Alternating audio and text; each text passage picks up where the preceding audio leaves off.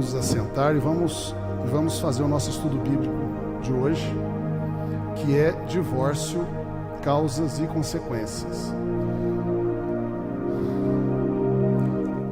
Então, no início do culto, nós falamos da balança, né? Nós falamos da balança. Está aqui uma balança. A balança é feita para o equilíbrio. Os construtores de balança não fizeram ela para ficar nem pendurada para o lado de cá,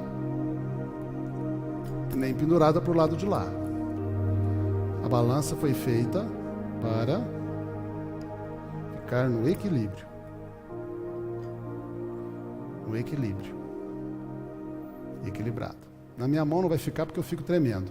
Se colocar num local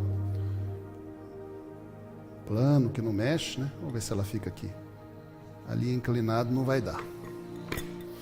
Ela é feita para ficar inclinada, equilibrada. E domingo passado eu fiz a comparação com duas posições. Quando nós falamos de divórcio e novo casamento, existem duas posições extremas que estão erradas. A primeira posição extrema é que, não, casou, não deu certo, separa. A banalização do divórcio e de outros casamentos. Esse é um princípio extremo, é uma posição extrema. A pessoa ela desvaloriza totalmente o casamento. A outra posição extrema que é errada, é o desequilíbrio da balança, é quando se fala assim, não, divorciou, acabou. Pecador, pecadora, casou de novo e piorou mais ainda, está em adultério contínuo, vai para o inferno, porque a Bíblia diz que os adúlteros não herdarão o reino dos céus. Acabou, não tem ministério mais, a vida acabou. O divorciado, principalmente aquele que casou de novo, acabou. Nenhuma das duas posições, nem aquela banalização do divórcio e do novo casamento, não deu certo, separa, não deu certo, separa, não deu certo, separa, não deu certo, separa, está errado. Como também está errado essa atitude farisaica de condenar as pessoas que passaram por um divórcio ou um novo casamento, mesmo que a pessoa seja a parte culpada. Mesmo que a pessoa que divorciou e está casada de novo, seja culpada pelo divórcio que aconteceu. O episódio lá de João 8, que nós lemos no início do culto, né? O caso da mulher adúltera, que foi pega em flagrante adultério. Vamos pôr de novo, irmã Bárbara. João 8, 4. Não, vamos pôr a partir do 3. João 8, 3 mostra que uma mulher foi pega em flagrante adultério. E os escribas e fariseus trouxeram uma mulher apanhada em adultério. Irmão Ed, acho que a gente pode apagar essa lâmpada aqui, ó. E essa de trás aí, né? Eu acho que é de trás. Só essa aqui, isso. Agora as outras podem acender isso. Porque essa lâmpada atrapalha enxergar lá. Então a mulher foi pega em flagrante adultério. Ela é culpada, não tem como ela falar, não, eu foi sem querer. Não tem jeito. Ali não é estrupo, não. Ali é adultério. Ela quis, ela concordou. Houve pecado claro dela. Ela não tem saída. No versículo 5, os fariseus, eles disseram assim, olha, a lei de Deus, lei de Moisés, lei de Deus, mandou a gente matar ela a pedrada. E você, Jesus, falou que nós já vimos no começo do culto que Jesus, lá no verso 10 e 11, vamos pôr no 10 primeiro, Jesus a absolveu desse pecado explícito. Ela era a parte culpada, ela adulterou, e aqui significa que ela era casada, que é adultério, né? Não é fornicação. Fornicação é o sexo entre solteiros e adultério é o sexo entre casados, né? Que não são o seu cônjuge. Então ela foi pega em adultério, ou seja, era uma mulher casada que estava envolvida com outro homem. Então, ela é a parte culpada, não há como justificar nem dar desculpas. Jesus, então, livra ela da condenação, perdoa ela, na verdade, e diz isso aí, né, para a mulher. Mulher, onde estão aqueles teus acusadores? Ninguém te condenou? Versículo 11. E ela disse, ninguém me condenou, Senhor. Porque Jesus disse: quem não tiver pecado, joga a primeira pedra. E o Senhor fala para ela: eu também não te condeno. Jesus deu uma nova chance para ela. Olha, o pecado devidamente tratado não é o fim. Tem solução para o pecado em mim. Isso é o centro do Evangelho. O centro do Evangelho é resolver o problema do pecado. Porque é o pecado que destrói tudo. Pode observar qualquer coisa ruim que acontece. Pega a sua vida, e pega a história da sua vida e pensa numa coisa ruim que aconteceu na sua vida. Pensa agora, irmã, pensa agora, irmão. Eu já fiz esse exercício comigo e observe uma coisa. Toda coisa ruim que aconteceu com você envolve o pecado de alguém. Ou o seu, ou dos outros. Toda coisa ruim que acontece no mundo envolve o pecado de alguém. Alguém pecou para aquela coisa ruim acontecer. Coisas ruins só acontecem como resultado de um pecado. O Evangelho veio para resolver isso. Ele veio para tirar a ruindade do mundo, a tristeza do mundo, a infelicidade do mundo, a desgraça do mundo, a morte do mundo, o inferno do mundo. E Ele só pode fazer isso se Ele tocar na raiz das coisas ruins, que é o pecado. Então, quando nós estamos diante do pecado, nós temos que pensar no Evangelho, temos que pensar em Jesus, temos que pensar na cruz, não temos saída. E essa mulher teve a felicidade de encontrar com o próprio Senhor Jesus e ouvir da boca dele: eu não te condeno, eu te perdoo, eu te dou uma nova chance. Você errou, mas eu te dou a possibilidade de um recomeço. Vai e não peques mais. Essa é a solução. Eu estou bem adiantando aqui um pouco essa questão do divórcio e novo casamento, porque se você observar na Bíblia, o maior problema, na verdade, não é o divórcio, mas é o novo casamento. O divórcio, ele é muito ruim, a Bíblia fala que Deus odeia o divórcio, mas o alerta bíblico é o que vem depois.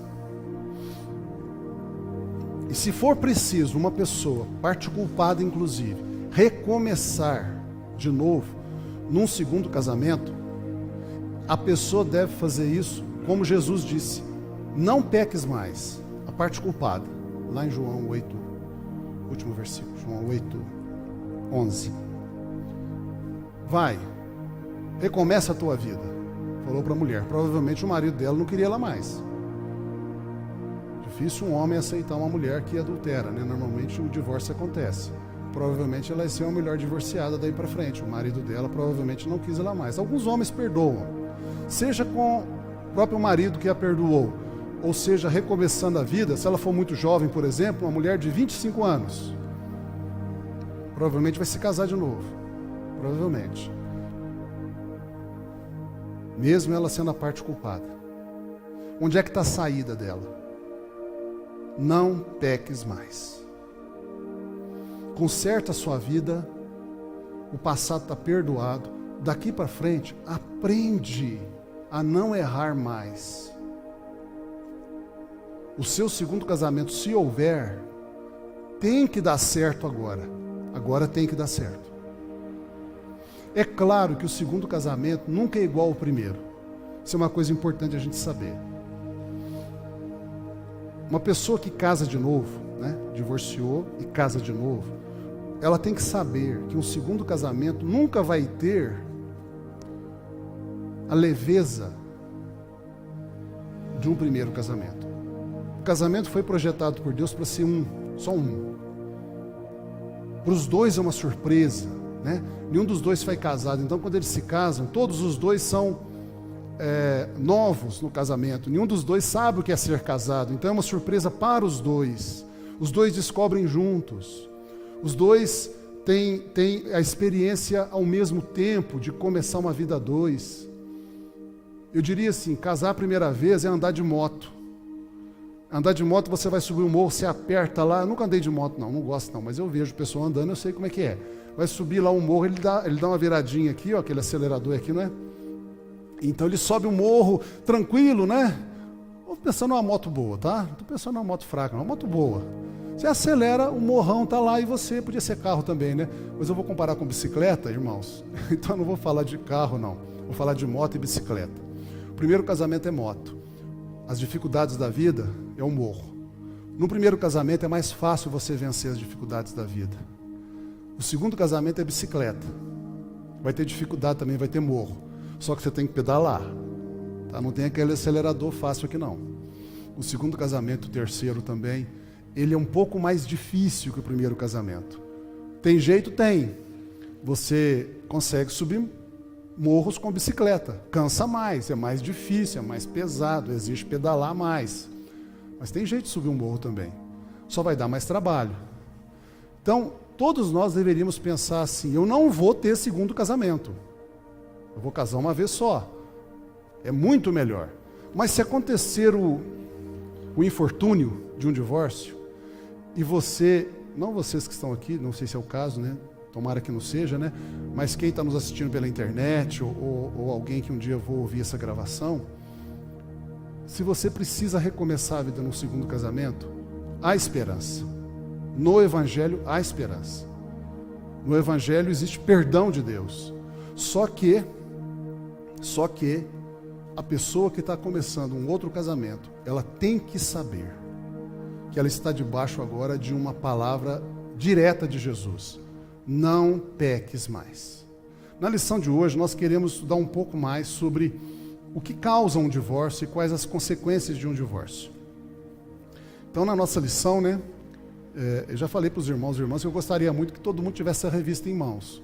Se você não tem, terminado aqui, procura com a gente aqui na livraria. Irmão Ricardo, você abre lá a livraria depois para a gente? Você pega lá a revista. Não tem problema se você não tem um valor. Ela é R$10, né? É o que a editora cobra da gente. Se você não tiver, pode levar ela a si mesmo. Se um dia você tivesse a dar oferta, se tiver R$1, você dá R$1 de oferta, mas leve a revista, porque ela é muito boa. E a revista na livraria está me incomodando muito, irmão, porque a revista tem que estar na sua mão. Aqui estão as lições, tem as explicações, a gente não consegue cobrir tudo aqui. A gente vai até certo ponto. E você pode levar duas se você quiser, uma para você, para o seu esposo. Se você quiser levar para filho, pode levar também. Nós estamos na lição hoje número 11, causas e consequências do divórcio. Causas do divórcio. A primeira causa do divórcio é o adultério. A maior parte dos divórcios do mundo, né, a maioria dos divórcios do mundo, a maior porcentagem de causas de divórcio do mundo é por adultério. Então, por que existe divórcio no mundo? Primeira causa, número 1, porque existe traição. Um trai o outro e aí acontece o divórcio. Existe uma estatística que no Brasil, a revista coloca aqui uma estatística feita no Brasil, recente, não tão recente, 2002, mas não é tão distante, né? Eu fiquei assustado com os números aqui. 60% dos homens casados já traíram a sua mulher pelo menos uma vez. Eu não estou nesse 60% não, graças a Deus, eu estou nos 40% que nunca traiu. De acordo com essa mesma pesquisa, 47% das mulheres casadas também já foram infiéis. Quase a metade. Eu estou assustado. Como pode? Então, isso não significa que todas as vezes que houve o adultério, houve divórcio, né? Porque senão 60 mais, se as mulheres também traíram junto com os homens, 60% dos casamentos seriam desfeitos porque os homens traíram, e os 47% provavelmente teve homem e mulher traindo. Então a gente não pode somar, mas já vai dar o quê? 80% de divórcio? Não é isso. 80% dos casamentos do Brasil não terminam em divórcio. Eu acho que a última estatística me parece que é em torno de 35%, alguma coisa assim, dos casamentos do Brasil terminam em divórcio. Altíssimo esse percentual, altíssimo. Mas não é 80%. Então significa que, apesar de que, segundo a estatística, 60% dos homens casados já traíram sua esposa e 47% das mulheres já traíram seu marido, não ocasionou divórcio todos esses adultérios. Mas é a principal causa de divórcio, o adultério. A segunda maior causa de divórcio é problemas financeiros. Dinheiro causa divórcio. Ou melhor, a falta de dinheiro normalmente causa divórcio. O excesso de dinheiro também causa. se eu posso dizer assim. Vou contar um caso. Eu conheci um casal, né, na UFLA, que os dois eram professores da UFLA, marido e mulher, e eles se separaram porque cada um queria cuidar do seu próprio salário, né? Cada um tinha o seu salário de professor e eles não queriam se comunicar entre si na questão financeira. Então a mulher falava, eu faço o que eu quero do meu dinheiro, e o homem falava, eu faço também o que eu quero do meu dinheiro, e isso causou divergências a ponto de eles se divorciarem. Então aí eu digo que é um divórcio por causa de muito dinheiro. Teve um caso também de uma pessoa da UFLA que se casou, né, uma mulher que se casou com um homem, e quando ela se casou com esse homem, ela não era professora da UFLA, ela era professora de escola pública, ensino fundamental. E ele tinha uma remuneração, uma renda maior que a dela. Ele gerenciava uma empresa e ele tinha uma renda maior que a dela.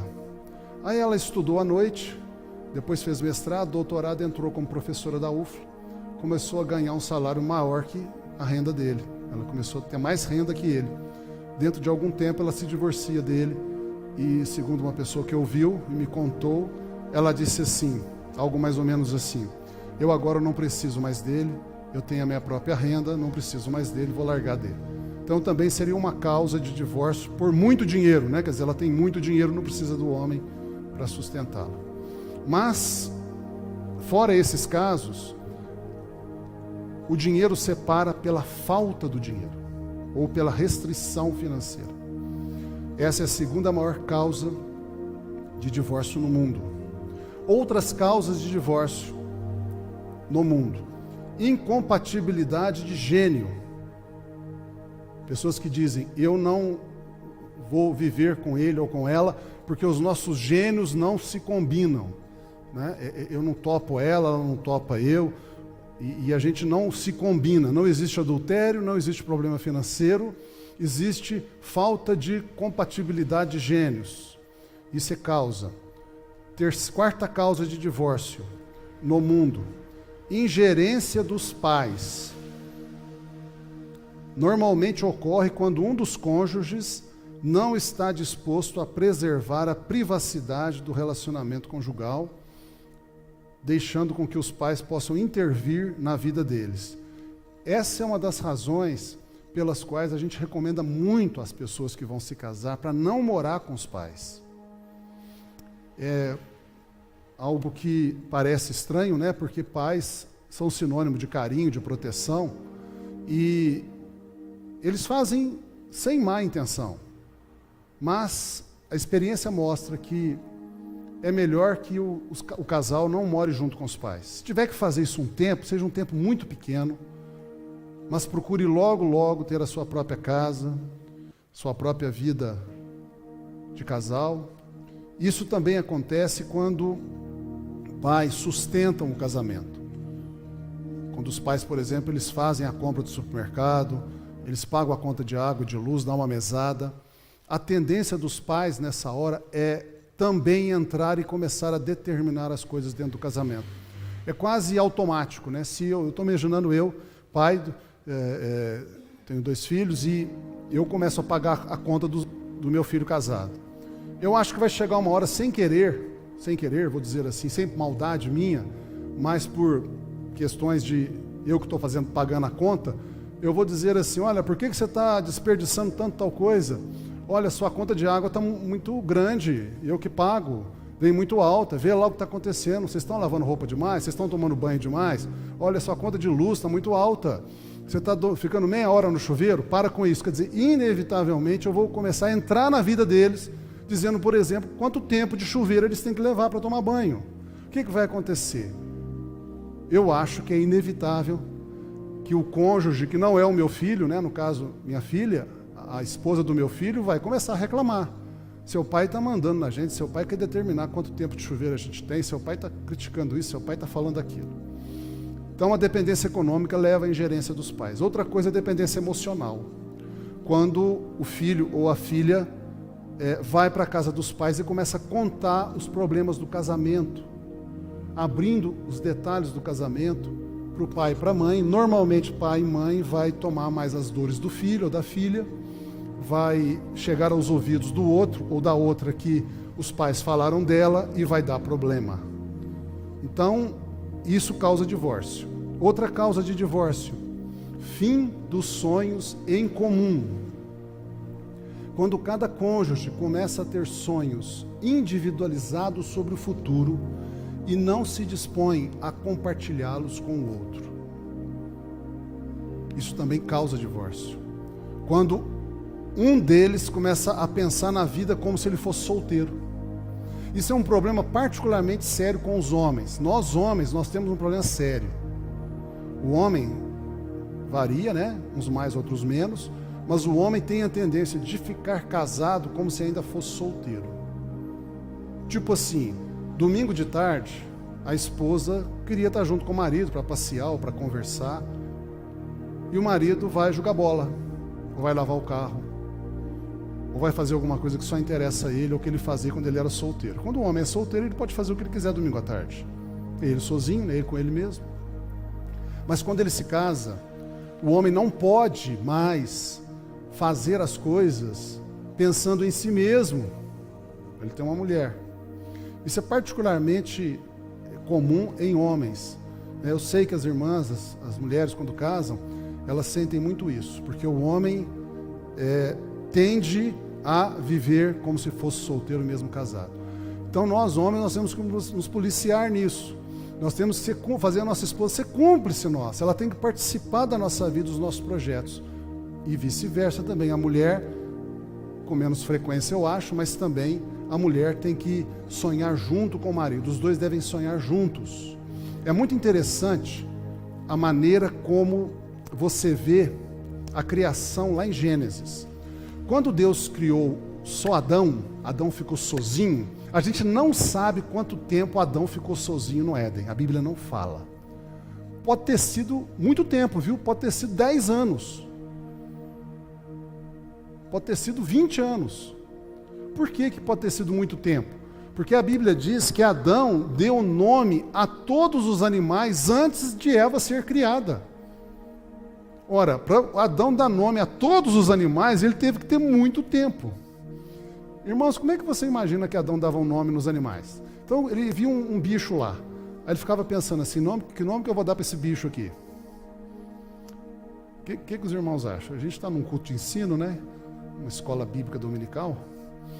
Deixa eu fazer uma pergunta. Irmão Tyson, como é que você acha que Adão fazia? Ele via um bicho lá, como é que ele fazia para dar um nome? Pergunta. Fazia o quê? Analisava. É claro. Ele analisava o bicho. Imagino eu que fosse assim. Esse bicho aqui, eu fico vendo ele, né? Fico lá uma semana olhando ele, um mês olhando ele, e vejo que ele, por exemplo, tem uma característica de ficar dando pirueta. Ficar dando pirueta. Eu provavelmente, se eu fosse Adão, eu ia chamar ele de pirueta. Seu pirueta. Não é assim que a gente faz? Não é assim que a gente dá nome às coisas? Lá na UFLA, os alunos têm mania de pôr apelido nos outros colegas, né? Nos colegas. Então, como é que os estudantes da UFLA põem apelido uns nos outros lá? Quem que é da UFLA aqui? Quem que é da UFLA aqui? Ninguém da UFLA? Bárbara? Quem que é da UFLA? Ninguém é da UFLA. Então tá, lá na faculdade, Dani, lá no Gama o pessoal tinha mania de pôr apelido? Tinha também? O apelido não tinha a ver com a característica da pessoa? Né? Por exemplo, se o rapaz tinha um nariz grande, assim mais ou menos como eu chamava de narigudo, por exemplo, né? Narigudo é meio chato falar, né? Ninguém vai falar narigudo, vai falar turco, né? Ao turco, pronto. Normalmente os apelidos, eles são nomes, né? São segundos nomes, que refletem uma característica da pessoa. Então deve ter sido assim que Adão deu nome aos animais, ele ficou observando. Isso significa muito tempo, porque muitos animais, muito tempo. Então Adão ficou sozinho muito tempo. Nesse tempo que Adão ficou sozinho, o que Deus falou para Adão? Cultive e guarde o jardim do Éden.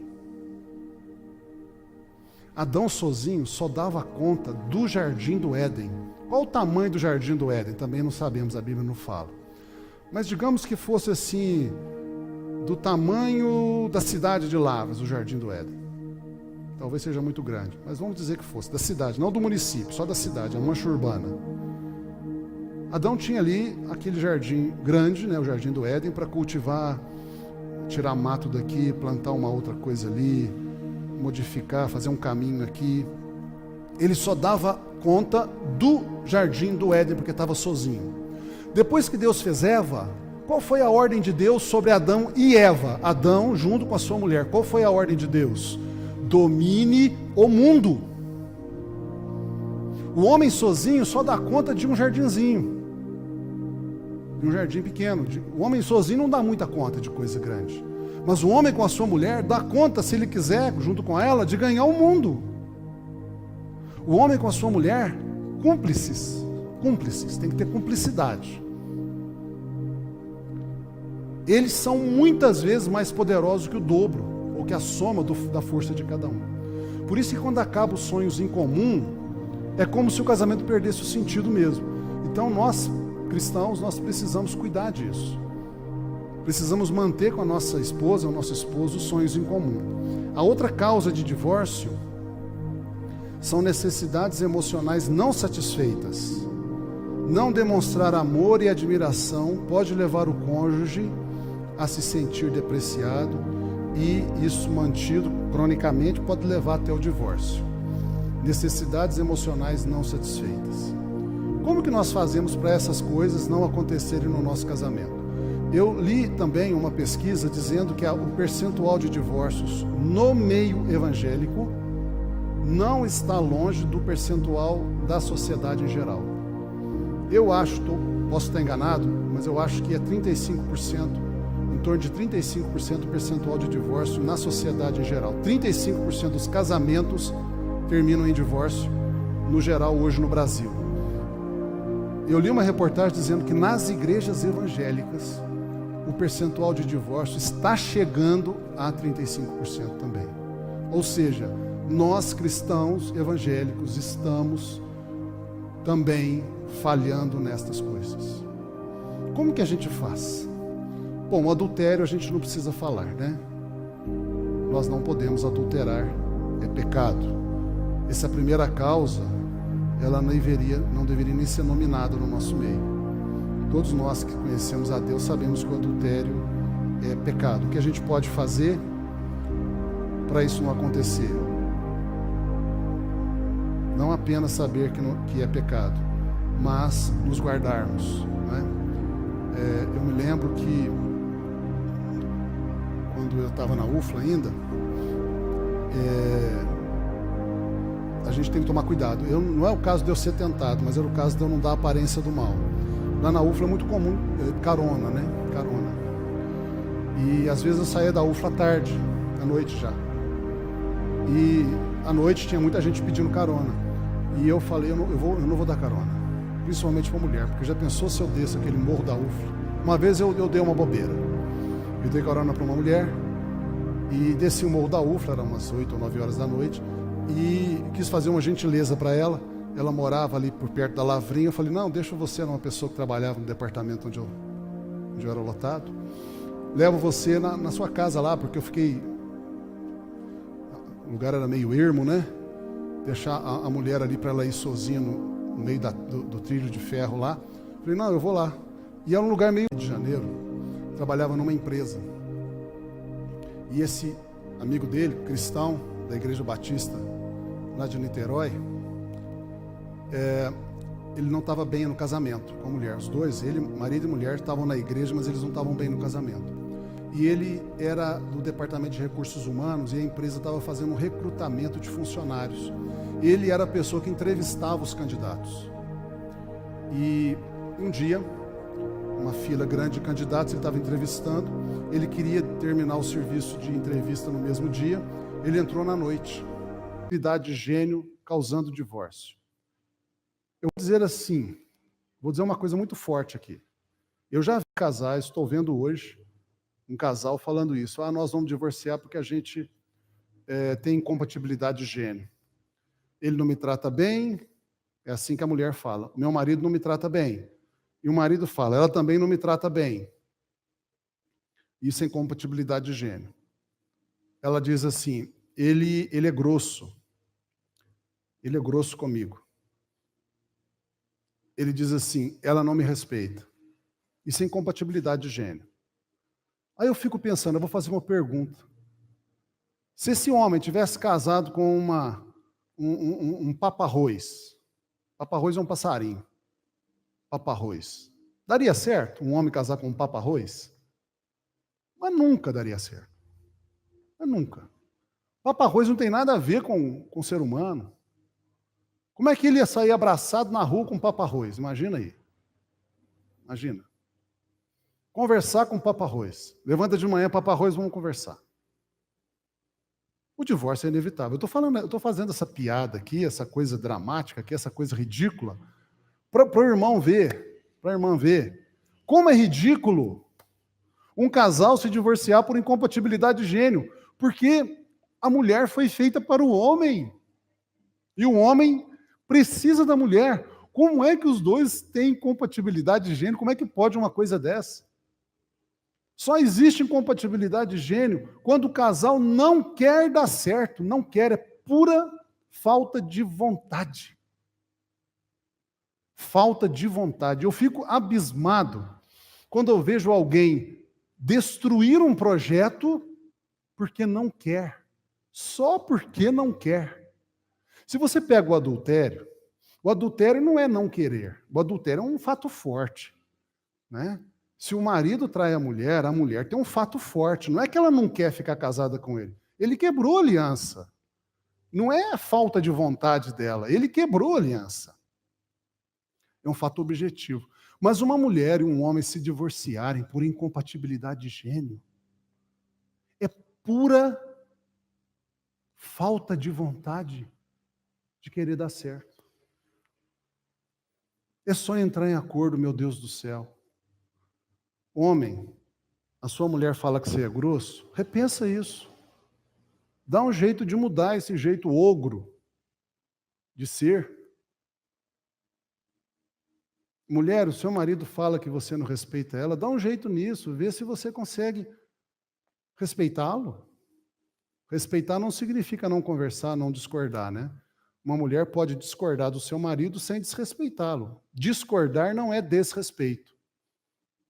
Né? O que é desrespeito? A gente sabe o que é desrespeito.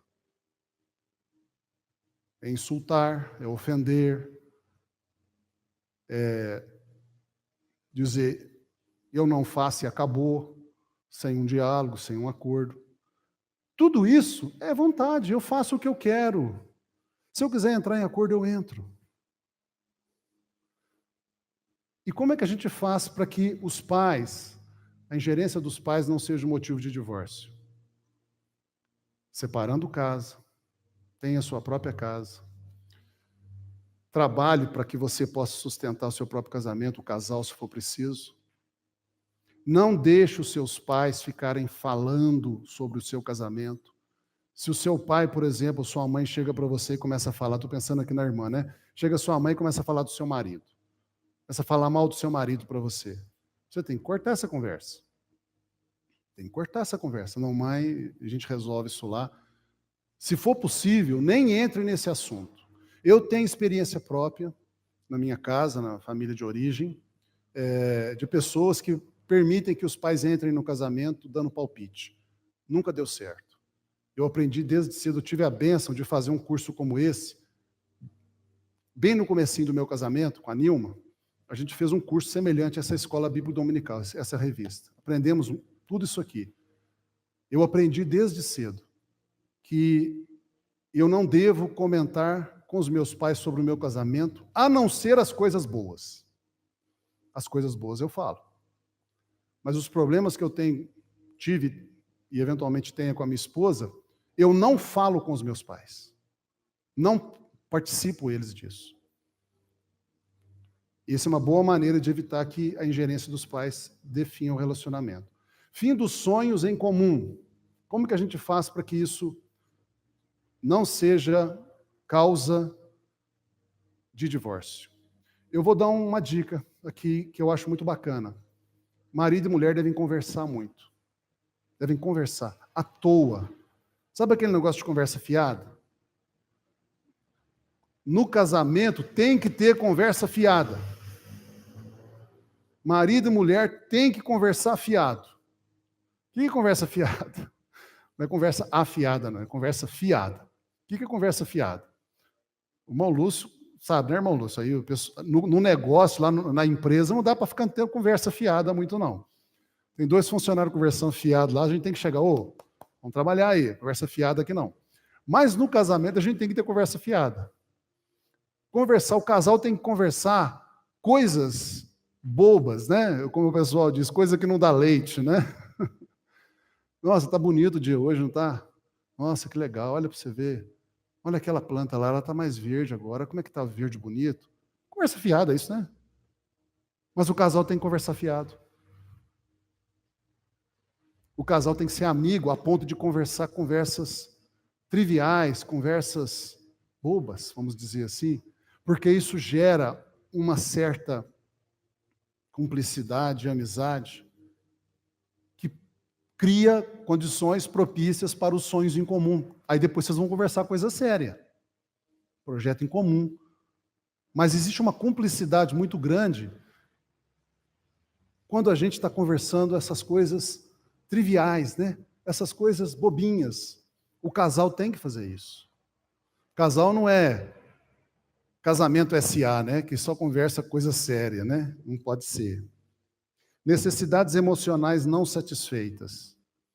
Aí é conhecer homem e mulher. O homem tem que saber como a mulher é, e a mulher tem que saber como o homem é, para poder fazer isso. Tem até um livro, né? Tem livros, na verdade, tem em português, que um deles eu me lembro é assim: o que toda esposa deve saber sobre o seu marido. E o outro semelhante é o que todo marido deve saber sobre a sua esposa. Esses livros falam sobre como a mulher é e como o homem é. Por exemplo, a gente sabe que o homem, né, ele é muito racional. Outra coisa que a gente sabe, o homem quando chega do trabalho, ele quer sossego em casa. Se o homem chega do trabalho, a mulher começa a falar na cabeça dele, não, sei o que, esse fogão aqui está uma droga, eu não aguento mais, sua roupa está muito suja, seus filhos fizeram isso. Ou nossos filhos, né? Às vezes ela fala seus, né? Seus filhos fizeram isso e aquilo. O homem explode. O homem não dá conta disso. O pastor Cláudio Duarte, ele até fala uma coisa interessante. O homem precisa, quando chega do trabalho, de mais ou menos 45 minutos para ficar na caixinha do nada, né? 45 minutos para ficar na caixinha do nada. Chega em casa, não fala nada com ele, mulher. Não fala nada com ele. Deixa ele ficar lá fazendo o que ele quiser. Ele vai tirar o sapato, ele vai andar descalço, ele vai mexer numa coisinha lá, ele vai fazer não sei o quê. Deixa ele fazer essas coisas. Ele está na caixinha do nada. Não fala nada com ele. A mulher precisa saber dessas coisas, né? Da mesma forma, o homem precisa saber que a mulher é muito sensível, muito mais sensível que o homem. A mulher ela não é tão racional quanto o homem. A mulher é mais sentimental que racional, inverso do homem. O homem é mais racional que sentimental. Então, o homem deve saber que no dia do aniversário dela, se ele esquecer, o marido esquecer do aniversário da esposa, vai ser um grande problema. Se ela esquecer do aniversário dele, não vai dar problema nenhum. Mas se ele esquecer do aniversário dela, vai dar problema. Então, esse conhecimento mútuo, o homem sabendo como a mulher é e a mulher sabendo como o homem é, faz com que as necessidades emocionais sejam supridas. Isso cabe bem naquele dito do Senhor lá nos profetas. O meu povo sofre porque eles faltam conhecimento. Casamentos sofrem, marido e mulher sofrem no casamento porque eles não sabem, não conhecem como proceder um com o outro. Fazendo isso, nós vamos eliminar as causas de divórcio. As consequências de divórcio, elas são bastante conhecidas, né? Eu nem vou me alongar aqui, está na revista, e nós sabemos que o divórcio traz muitas coisas ruins para o casal, e se tiver filhos, para os filhos. Para o casal, uma pessoa uma vez fez uma comparação perfeita. disse assim: pegue uma folha de papel e passe cola nela. Pegue uma outra folha de papel e passe cola nela também. E cola essas duas folhas de papel, uma na outra. Deixa um pouquinho. Depois pega a pontinha de cada uma e tenta separar. Separa as duas folhas de papel. O que vai acontecer? Nas duas folhas vai ter buraco. Vai ter buraco nas duas folhas. Vai ficar pedacinho de uma folha na outra e pedacinho da outra folha na uma. É isso que o divórcio faz, principalmente se tiver mais tempo de casado. Todo casal que se divorcia, fica algum buraco nos dois, emocional. Fica uma dorzinha nos dois. Só lá na ressurreição que isso vai ser tirado se eles se converterem de verdade e forem convertidos de verdade. A outra coisa, cada um deles fica com um pedacinho do outro para o resto da vida. Já viu? Tem mulher que fala assim, tem pessoa que fala assim, eu conheço uma mulher que fala isso. Não tira foto de namorado, não, porque depois você larga dele. O que você vai fazer com essas fotos? Vai recortar a carinha do seu namorado? Vai recortar a carinha do seu namorado? Facebook, né? Vai ter que apagar tudo o Facebook, do Instagram, né? Que você largou, né? O que acontece com marido e mulher que se divorcia? Vai ter que tirar nome lá no cartório, vai aparecer não sei o que o nome dele ainda está ou dela, vai aparecer bens em comum que está difícil resolver. Nem estou falando de filho ainda, hein? Nem estou falando de filho ainda. Fica pedaço de um no outro. Então, o divórcio é isso. Tem consequência. E filhos, então? Eu digo minha opinião. Quem mais sofre no divórcio são os filhos. Eu não conheço nenhuma filho ou filha de casal divorciado que não tenha uma dor pelo divórcio dos pais. Eu não conheço. Você conhece algum filho ou filha de casal divorciado que é de boa? Não, meu pai e minha mãe largou, não estou nem aí. Ah, você não está nem aí? Ah, é porque você não descobriu, tem uma dorzinha aí. Ah, pequenininha, irmã Keren. Tem uma dorzinha aí. Tem uma dorzinha. Eu falei o caso de uma pessoa que eu conheço, de uma moça, que os pais divorciaram, o pai já casou de novo, tem 3 filhos com outra mulher, a mãe já casou de novo, tem um filho com outro marido, e esse divórcio aconteceu há uns 25 anos atrás. 20, 25 anos atrás. Essa moça, que é a única filha desse casal, o pai já casou de novo, tem 3 filhos com outra mulher, a mãe já casou de novo, tem um filho com outro marido, mas até hoje, o sonho dela é que o pai dela volte para a mãe dela. É irracional isso. É irracional. Como é que o pai dela vai largar da outra mulher que tem 3 filhos? Como é que a mãe dela vai largar do outro marido que tem um filho com ele? E vai voltar a ficar junto? Isso não é racional, mas ela, no sentimento, ela quer que volte. Por quê? Porque ela é fruto da união daquele homem com aquela mulher. E até hoje ela quer isso. Ela sabe que é irracional, mas o sentimento dela ainda fica cutucando. Essa pode ser um caso extremo, né, irmã Keren? Pode ser. Mas, assim, de maneira geral, filhos são os que mais sofrem. Eu sei de alguns casais que não divorciam por causa dos filhos. E eu acho que eles fazem bem. Se eles conseguirem viver juntos, num acordo ali, mesmo que não seja a mesma coisa que antes, mas por causa dos filhos, conseguirem viver juntos, eu acho que eles fazem uma coisa boa. Vamos terminar o nosso culto de ensino, então, irmãos? Vamos ficar em pé? Nós terminamos o nosso culto de ensino sempre com oração, né? Pedindo que o Espírito Santo nos aplique a lição. Vamos fechar os olhos? Vamos orar a Deus sobre isso? Eu convido você para você orar a Deus sobre isso. Senhor, me ajude a ter um casamento bom. Eu quero aprender, eu quero fazer isso. Me ajude a ajudar os outros casais que estão enfrentando um possível divórcio. Me ajude a aconselhar corretamente. Pai Santo, nós oramos assim: Espírito Santo, nós termos um bom casamento. E nós queremos saber intervir, aconselhar pessoas para que eles não divorciem, para que eles nunca experimentem as causas do divórcio. Ajuda os nossos filhos e filhas, Senhor, fala com eles, para que eles, casando-se um dia ou já casados, não deem lugar ao diabo, à tentação, ao erro, para que nunca eles venham a experimentar o divórcio. Pedimos isso, Espírito Santo, nos ensina dia a dia como manter o nosso casamento. Bem, nós queremos ser felizes no casamento. E nós pedimos também que o Senhor nos ajude a ser uma bênção para o casamento dos outros, alertando e ajudando e ensinando os outros a permanecerem casados e bem casados.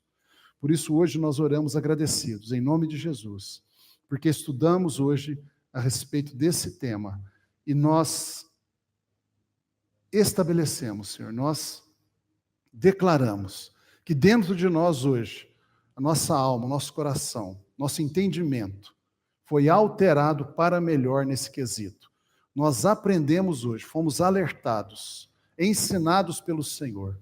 Nós somos gratos ao Senhor, em nome de Jesus. Amém. E que o amor de Deus Pai, a graça salvadora do Senhor Jesus e as doces e meigas consolações do Espírito Santo sejam contigo, com a tua casa, todos os dias dessa semana. Nós estamos terminados. Vá em paz, irmão e irmã. Semana abençoada. Dê a paz do Senhor. Deseja uma boa semana para a pessoa ao seu lado. Glória a Deus.